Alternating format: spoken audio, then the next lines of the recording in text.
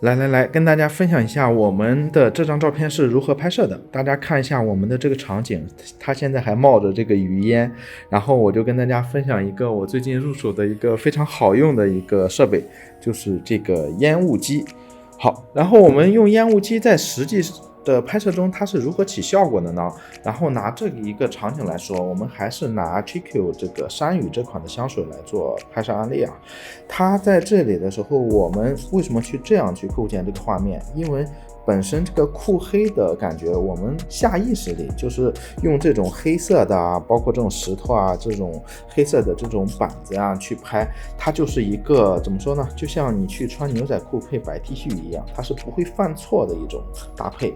但是如果大家看像这样没有烟雾的加持下呢，其实可以说它是一个合格的照片，但是呢就缺一点感觉，对不对？对，又是甲方经常说的一个差点感觉啊，但是差什么感觉呢？说不上来。好了，那我们就替甲方总结一下，差点烟雾。您这是怎么想的？您那我们看一下我们是如何布光的吧。首先我们用到了4盏灯，然后还是我们熟悉的金贝的这个 EF150，这边也是一个150 LED。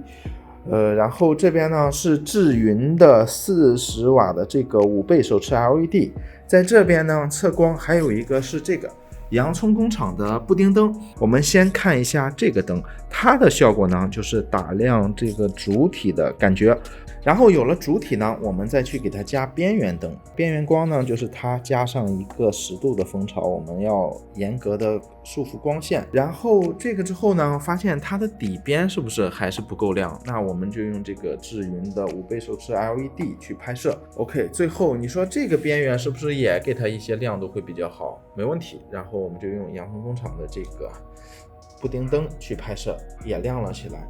真正我觉得有价值的一个分享的点是什么？其实这种边如果你让它太亮了，其实是不太好看的。所以我自己喜欢是通过这调整角度，大家可以看到上面这个光影嘛，让它有一个渐变的感觉，懂吗？从下面到上面你自己可以去调整。对，这样呢可以让画面显得更加的有意思，就不是那种傻亮的那种感觉。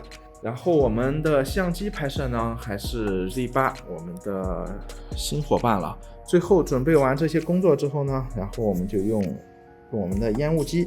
烟雾机它有很多模式啊，干冰模式啊或烟雾模式，那我自己就直接用了这个模式。我们打开之后呢，大家可以看一下它是怎么用的啊。我可以双击一下，它就出来了。加的时候看到一定是要在下面加，懂吗？不要先加上面，然后先停一下拍，给这边也加一点，暂停。